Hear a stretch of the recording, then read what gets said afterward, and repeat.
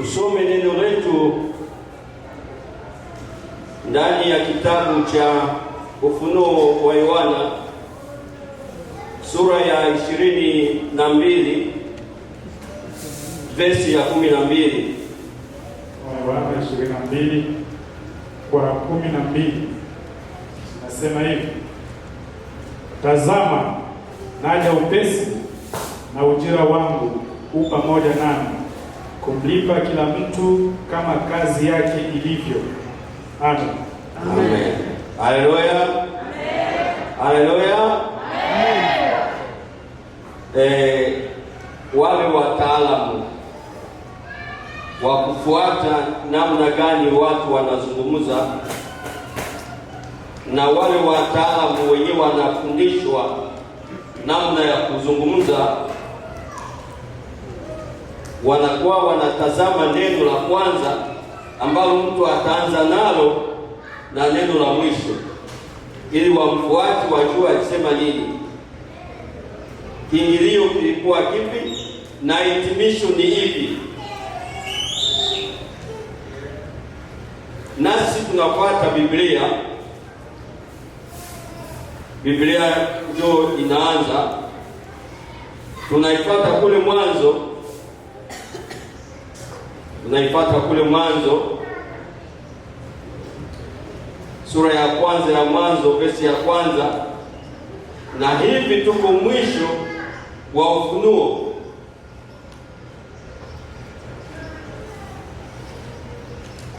Tuko mwanzo, tuanze kumwanzo kule, unaona kunaanza na nini na mwisho kunakuwa nini. Hapo mwanzo Mungu,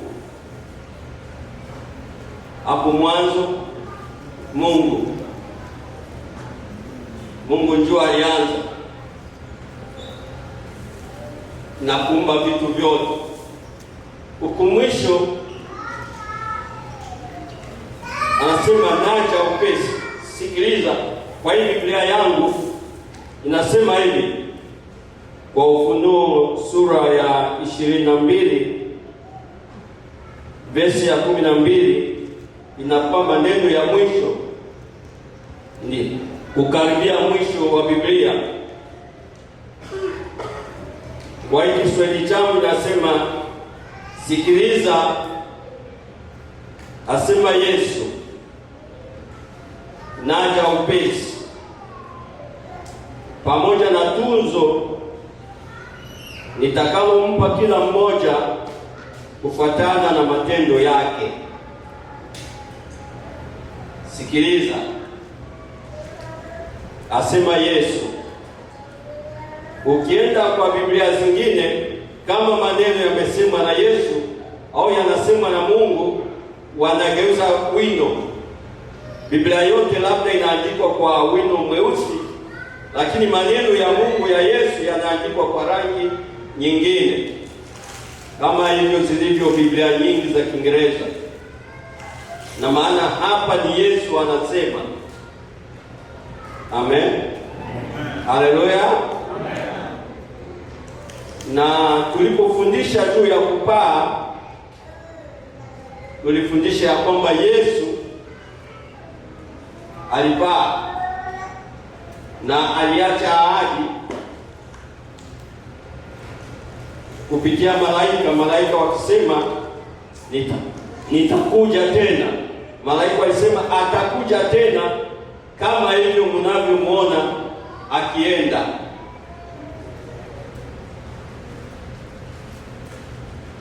Naye Yesu alisema kwa wanafunzi wake, msiondoke Yerusalemu,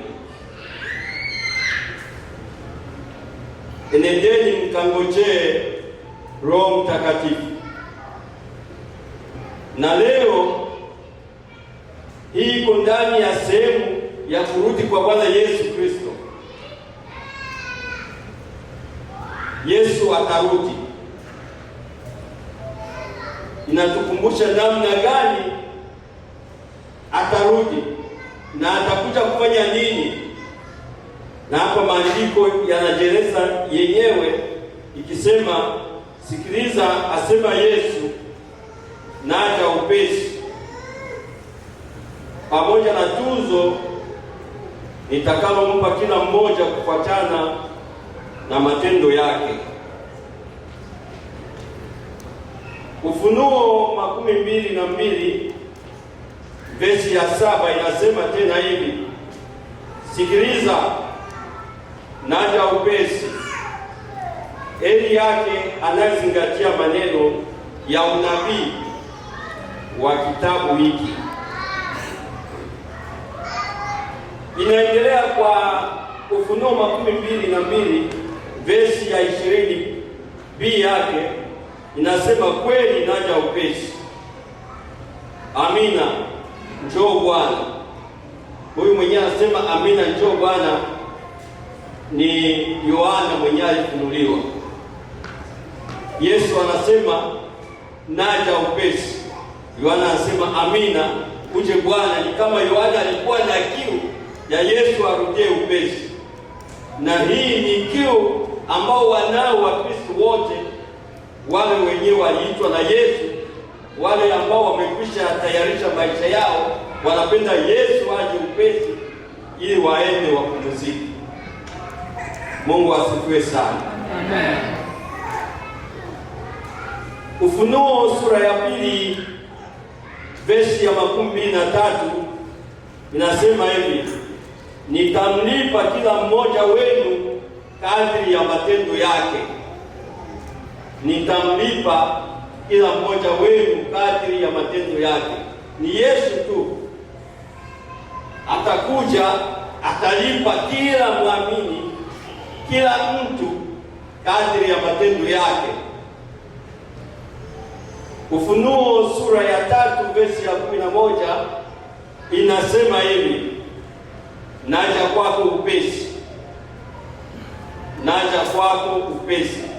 Sikilia kwa nguvu ulicho nacho sasa, ili usije ukanyang'anywe na mtu yeyote kati yako. Hapa ni kwamba Yesu anakuja upesi. Naja kwako, naja kwako inamaanisha mtu mmoja. Hii haingoje ile siku ambayo Yesu atarudia kwa kuchukua kanisa, au ambayo ile siku Yesu atakuja kwa kuhukumu dunia yote mzima baada ya ufufuo ya watu wote wema na wabaya. Hapana, hii ni tu tungali tunaishi hivi, anakuambia wewe peke yako, naja upesi. Hii ni kama anakuja tu kwa kuchukua mtu mmoja, sio kanisa. Ni pale mapastori wanasema Bwana ametoa na Bwana na maana kila mtu mmoja ajiandae, asikilie maneno ya unabii. Mtu mmoja mmoja, wewe peke yako tu. Hapa si haijawa kanisa mzima, ni wewe unachukuliwa. Wengine tunabakia tungali tunahubiri, wengine tunabakia tungali tunaomba, wengine tunabakia tungali tunaimba, lakini wewe unaondoka. Na itafuatana ulikuwa unaishi vipi. Bwana Yesu asifiwe. Ni wakati watu wanaandaa maisha ya baadaye, maisha ya umilele, wakati wangali hai. Wakati wangali hai, huu ndio muda mwafaka, na maana muda unaofaa kwetu sisi kwa kujiandaa kwa kwenda mbinguni. Usisubiri siku ambayo kanisa yote itakuja kuchukuliwa. Labda wewe utatwaliwa kwa ile njia Bwana ametwaa, Bwana ameleta na Bwana ametwaa. Inasema naja upesi kwako, naja upesi kwako. Hapa labda kwako kila mtu angesema, angetia jina lake. Labda mimi ningesema naja upesi kwako Awe, na wewe ungesema naja kwako Manase. Kila mtu atie jina lake pale, naja upesi kwako wewe fulani. Sikilia kwa nguvu ulicho nacho. ushikilie kwa nguvu ulicho nacho, ili usinyang'anywe na mtu yeyote kile ulicho nacho. Kila mtu akaze kila alicho nacho. Wewe una nini kwa leo? Una nini? Amen. Una nini? Una huduma gani? Una mwito gani? Shikilia, kaza, usinyang'anywe. Maana shetani anapenda unyang'anyi na watu wengine wanapenda unyang'anyi, lakini Roho anakuambia ushikilie, sababu Bwana atakuja walipa wale wenyewe wanashikilia, kila mtu kadri na matendo yake. Mathayo 16:27 inasema hivi: maana Mwana wa Mtu atakuja katika utukufu wa Baba yake pamoja na malaika wake, na hapo ndipo atakapomlipa kila mtu kadri ya matendo yake. Yesu atakuja pamoja na malaika, na hapa atamlipa kila mtu kadri ya matendo yake. Hii inakuwa kwa ulimwengu mzima, kwa watu wenyewe walimwamini Yesu Kristo na kwa wale wenyewe hawakumwamini Yesu Kristo. Ndio maana Biblia inasema, na kila goti litakunjwa na kila mtu atakiri ya kuwa yeye ni Bwana. Haleluya, amen. Uamini usipoamini, ipo siku utalipwa kulingana na matendo yako. Isaya 40:10, Isaya 40:10 inasema hivi: Bwana Mungu anakuja na nguvu, kwa mkono wake anatawala. Zawadi yake iko pamoja naye, na tuzo lake analo. Isaya naye ameonyesha zamani za kale namna gani Yesu atakaporudi. Hatarudi bure, atarudi na mishahara ya kulipa wafanyakazi, na kila mtu atapewa mshahara unayolingana na nguvu zake. Haleluya, haleluya. Kuna makampuni mamoja yenye inajali wafanyakazi. Kama kampuni inajali mfanyakazi, mtu analipwa kulingana na miaka yake iliyotumika ndani ya ile kampuni. Haiko unaingia leo unalipwa sawasawa na mtu mwenyewe aishafanya miaka miwili, ile haijali wafanyakazi. Wengine wanaangalia mtu tena analipwa pamoja na nguvu zake, bidii yako. Haleluya, huyu hapo wake anachelewa. Huyu anatumika kwa kujitoa, anatumika kazi yetu kama kazi yake, na ni vile mishahara ya watu huwa inapandishwa kwa wale wenyewe kujua kuendesha kazi vizuri. Na mtaalamu mwenye anajua kuendesha kazi nzuri ni Yesu Kristo. Kila mtu atalipwa kulingana na miaka yake aliyofanya kazi, kulingana na bidii yake, kulingana na jinsi alivyokuwa anatoa na kujitoa, kutoa na kujitoa. Isaya 62 verse ya 11 inasema hivi: Mwenyezi Mungu ametangaza duniani kote, waambie watu wa Sioni, mkombozi wenu anakuja. zawadi yake iko pamoja naye na tuzo lake liko mbele yake. Ambia watu wa dunia yote, ni lazima dunia yote iambiliwe ya kwamba Yesu Kristo atarudi. Ni lazima injili itangazwe kwa kila mtu, ili ajue, ahukumiwe, asiseme sikujua. Kanisa letu alikuwa linafundisha hivyo, mapastori wetu hawakuhubiri hayo, na siku hizi makanisa watu wanaifanya kama vile biashara, kama mabutike, kama vile mafarmasi, kila mtu ananunua dawa zake. Kuna makanisa ingine kule Burundi, ukiingia wanakuambia hapa kwetu usihubiri juu ya dhambi. Unasikia?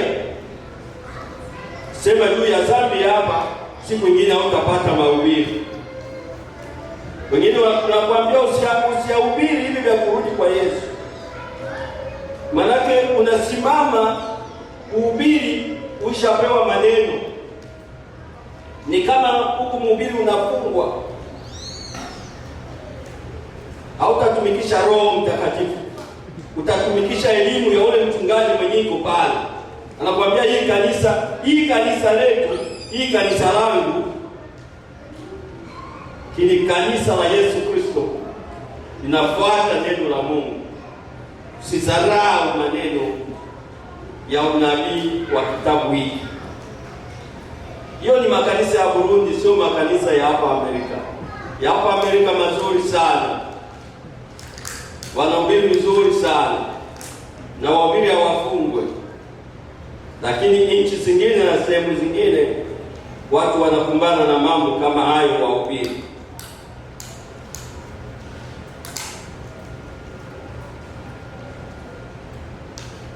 Napenda na singependa tupite hii. Singependa tupite Mathayo sura ya 25 32 hadi 46. Msomi mwenye kuwa haraka asome, ni mambo mengi sana. Mathayo 25:32 hadi 46, na ufanye bidii ukamate neno moja, maana nitakuwa haraka hapa. Usome Mathayo 25:32 hadi 46. Na mataifa yote watakusanyika mbele zake, naye atawabagua kama vile mchungaji abaguavyo kondoo na mbuzi. Atawaweka kondoo mkono wake wa kuume na mbuzi mkono wake wa kushoto. Kisha mfalme atawaambia wale walioko mkono wake wa kuume, Njooni mliobarikiwa na Baba yangu, urithini ufalme uliowekewa tayari tangu kuumbwa ulimwengu. Kwa maana nalikuwa na njaa, mkanipa chakula; nalikuwa na kiu, mkaninywesha; nalikuwa mgeni, mkanikaribisha; nalikuwa uchi, mkanivika; nalikuwa mgonjwa, mkaja kunitazama; nalikuwa kifungoni, mkanijia. Ndipo wenye haki watakapomjibu wakisema, Bwana, ni lini tulipokuona una njaa tukakulisha, na una kiu tukakunywesha? Tena ni lini tulipokuona mgeni tukakukaribisha, au uchi tukakuvika? Ni lini tena tulipokuona mgonjwa au kifungoni tukakujia? Na mfalme atajibu akiwaambia, Amin, nawaambia, kadiri nilivyowatendea mmojawapo wa hawa ndugu zangu walio wadogo, mlinitendea mimi. Kisha atawaambia na wale walioko mkono wake wa kushoto, Ondokeni kwangu, mliolaaniwa, mwende katika moto wa milele aliowekewa tayari ibilisi na malaika zake. Kwa maana nalikuwa na njaa, msinipe chakula; nalikuwa na kiu, msininyweshe; na nilikuwa mgeni, msinikaribishe; na nalikuwa uchi, msinivike; nalikuwa mgonjwa na kifungoni, msije kunitazama. Ndipo hao pia watajibu wakisema, Bwana, ni lini tulipokuona wewe una njaa au una kiu au mgeni au uchi au mgonjwa au kifungoni, tusikuhudumie? Naye atawajibu akisema, amini nawaambia, kadiri msivyomtendea mmojawapo wa hao walio wadogo, hamkunitendea mimi. 46 Na hao watakwenda zao kuingia katika adhabu ya milele, bali wenye haki watakwenda katika uzima wa milele. Amen. Amen. Haleluya. Amen. Mungu asifiwe. Amen. Tena mnihurumie kwa kufanya mfuate maandiko marefu sana. Ni kwa mazumuni, nilipenda watu waelewe vinatoka wapi. Na tena mnihurumie kwa sababu nimeleta mlolongo wa masura na mavesi na mavesi. Nilipenda watu waelewe. Biblia inasema mtu wa kumhukumu mtu ni lazima mashahidi watatu waje washuhudie, ni kweli alitenda hiki, ni kweli alitenda hiki. Na hapa mimi nimeleta mashahidi mengi ili watu waelewe. Na Biblia inasema, Yesu mwenyewe asema, sikiliza, ina maana ukubali mimi nitarudia. Amen. Amen. Na nitakuja lipa. Ni kweli watu watalipwa.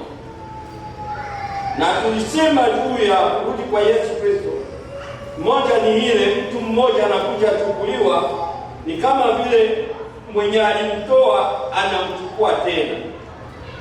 Ni kama Yesu amerudi kwake, lakini kuna siku Yesu atarudi, na wanasema ile ni harusi ya mwana kondoo. Parapanda itapigwa, na wenyewe watasikia, watakuwa waaminifu tu waliokufa pamoja na Yesu Kristo, na wale wenyewe wako hai watanyakuliwa na watamfuata Yesu hewani, na wataishi miaka 1000 kwenye harusi ya mwana kondoo.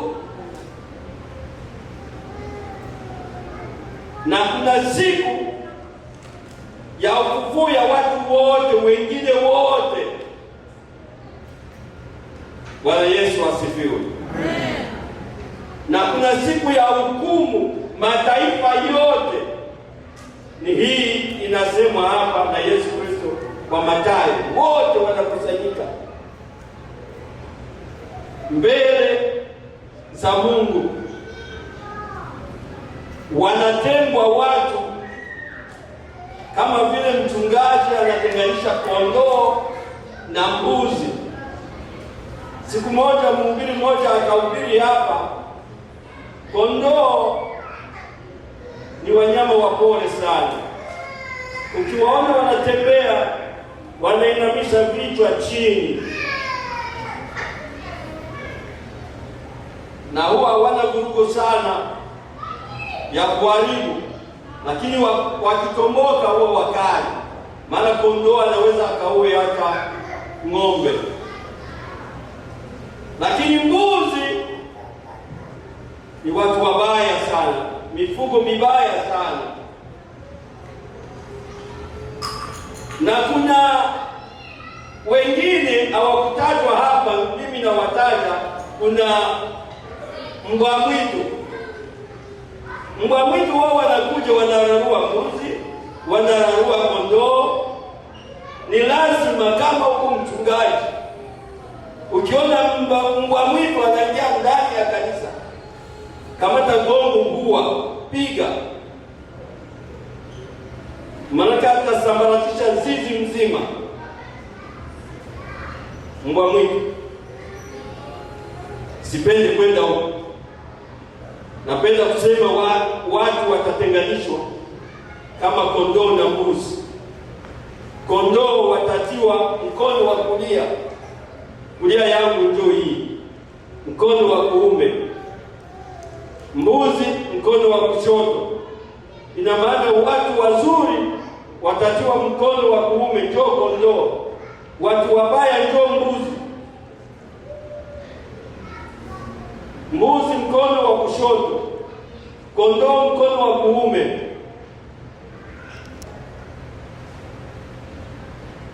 Na hawa kondoo wataambiliwa, njooni nyinyi mliobarikiwa. Haleluya. Amen. Njooni. nyinyi mliobarikiwa tangu kuumbwa kwa ulimwengu. Yesu anahesabu mnifuate. Hii yenye ninasoma hapa na ndio mmeyasikia. Mnifuate, kama nitaacha limoja mtanikumbusha. Njoni, nilikuwa na njaa mkaja mkanipa chakula. Moja. Pili, nilikuwa na kiu mkanipa maji. Tatu, nilikuwa mgeni nanyi mkanikaribisha. 4, nilikuwa uchi mkanivika. 5, nilikuwa mgonjwa nanyi mkaja kunitazama. 6, nilikuwa gerezani nanyi mkaja kunitembelea. Kuna lenye niliacha? Kuna lenye niliacha? Lenye linaandikwa ndani ya sura ya Mathayo? Hapana. Kuna mengine yenye Biblia iliacha ya mzuri yenye tunapaswa kufanya? Na wauliza, kuna mengine mambo ya mzuri yenye Biblia iliacha tunaweza kuyafanya?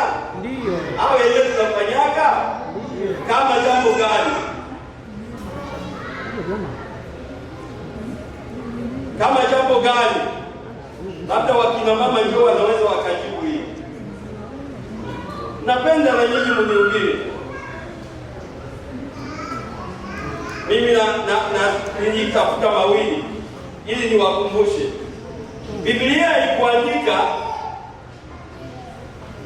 ikuandika nilikuwa mzazi, nilikuwa nazaa, nilikuwa mjane, amkukuja kuniangalia. Wazazi wameandikwa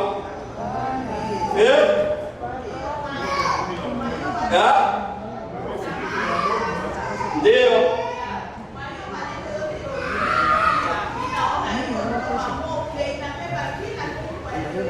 Haleluya. Ina maana na hawa wakuzaa nao wakunga ile maneno yenye kulisema. Mimi tena nikaangalia nikasema, Yesu hakusema na hili. Nilikuwa mfiwa, nilipoteza mzazi wangu, mke baba mkuja kuniangalia. Biblia ikusema hilo. Muko pamoja nami? Ndio. Kuna ingine uliona ikuandikwa? Yote liko huko. Biblia inasema hivi, kama mambo yote yangeandikwa, hii kitabu haingeweza kubebwa. Ndio. Haleluya. Amena. Haleluya. Amena. Je, tuko tunafanya haya?